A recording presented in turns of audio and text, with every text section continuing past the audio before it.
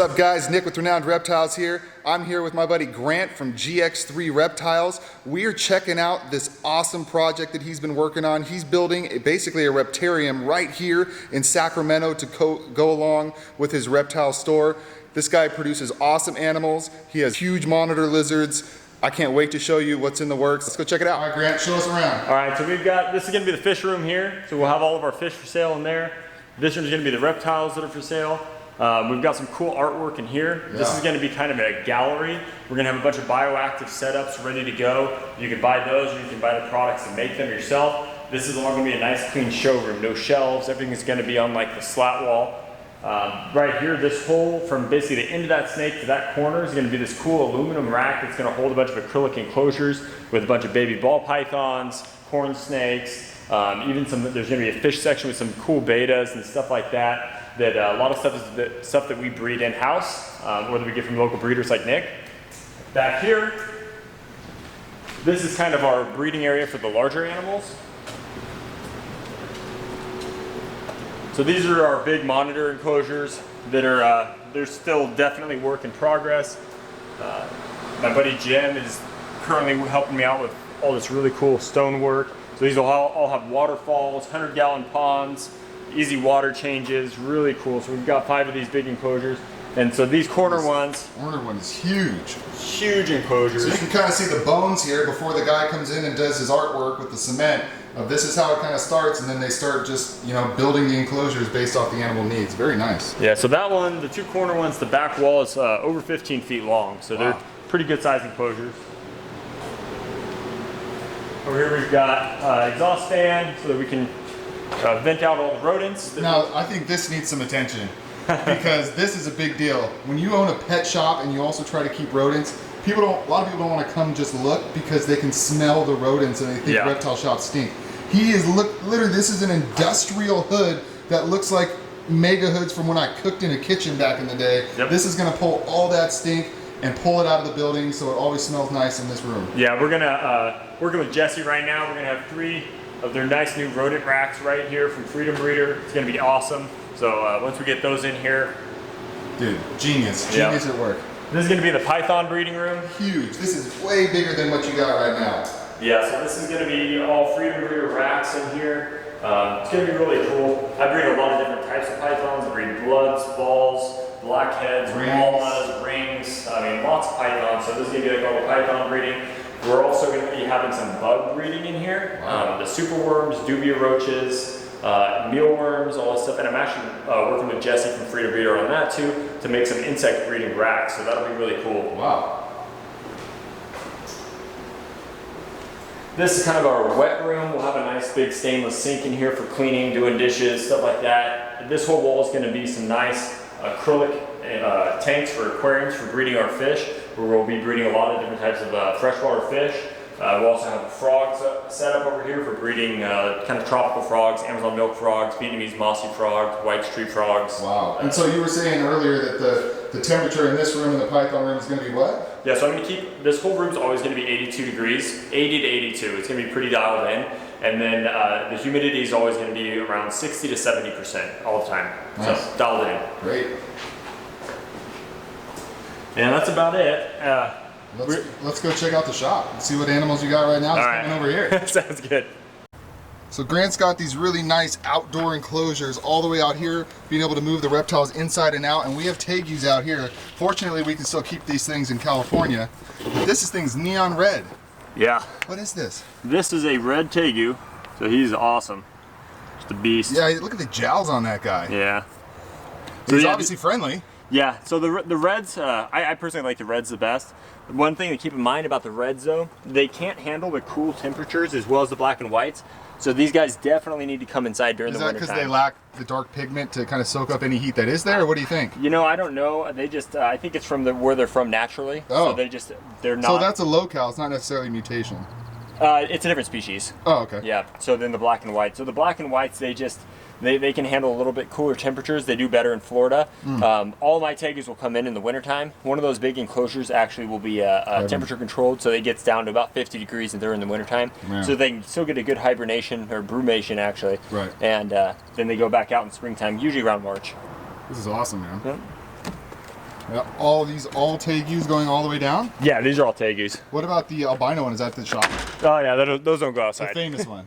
Albie? Albie, the famous Albie. No, yeah, she's at the shop. Albinos, all the blues are they stay inside year round. Oh, okay. Yeah. So Albie's famous because she was actually stolen from GX3, and through the community and people talking, got her back, right? Yeah. All right. Still got her. Don't need to name any names. It's just we got her back.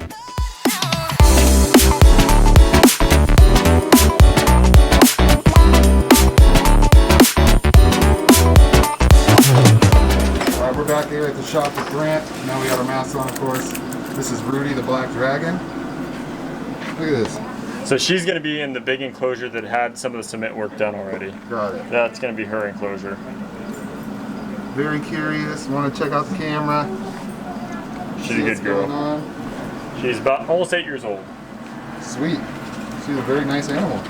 Yeah, she just laid a bunch of eggs. They were really?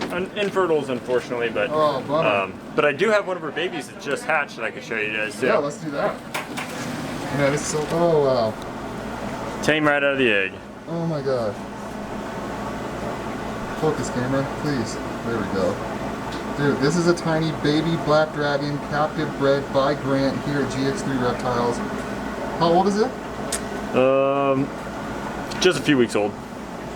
And that is amazing. Tame right out of the egg. Like this, I've never held one. Like this guy is jet black. Goes right along with the theme of Renowned Reptiles. Now I did get a large enclosure from Grant. Oh, there you go. That used to be my raise up monitor. That's what I'm saying. We I cut a big piece of wood and put it corner to corner going up, and the retake actually uses it and like sits on it. That's awesome. Dude, this guy is incredible. And they get as big as Rudy, or is Rudy max size? Yeah, so this is actually a Partho baby. Oh. So this will be like literally exact same. It's probably should be female. Yeah. Yeah. Does that happen often in water monitors? I think it does. It's kind of debated, but yeah, this is a Partho baby. So how many eggs? There's just this one. She usually lays like 10 to 12 eggs, but with Parthos you usually only get like 1 to 3 is the most I've ever gotten. Yeah. Wow. Yeah, so incubated for 7 months and then it comes out. Perfect baby. Dude, that is incredible. I can't believe I just held a black dragon.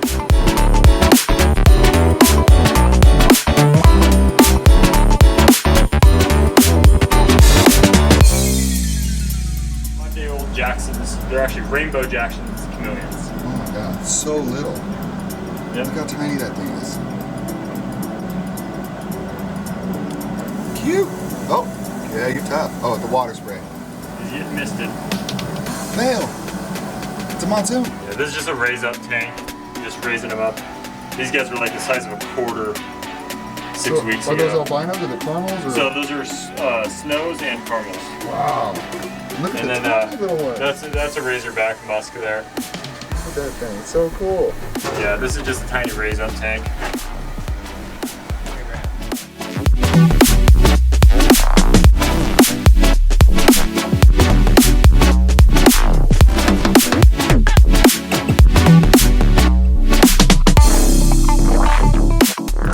Look at this, guys. It's a lace monitor with some size.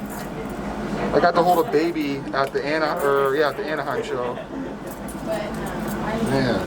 Oh yeah, she's probably. They'll breed pretty young, but they put on size fast. This guy was that size probably less than 6 months ago. Oh.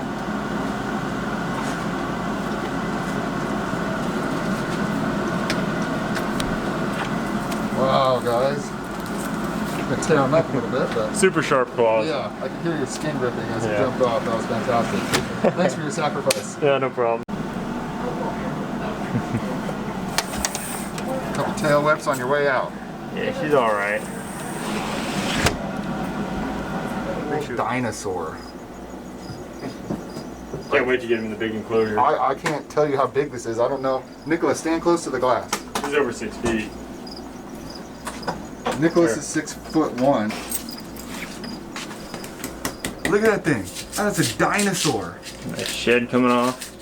It is literally a dinosaur. I can't wait to get him in the big enclosure. So he originally, I didn't think he was. Oh, he's gonna geek out over that. Oh yeah. That tub. His mom. 10 gallon or whatever, 100 gallon. His mom was a tiny black dragon. Really? And he just became he's a het black dragon.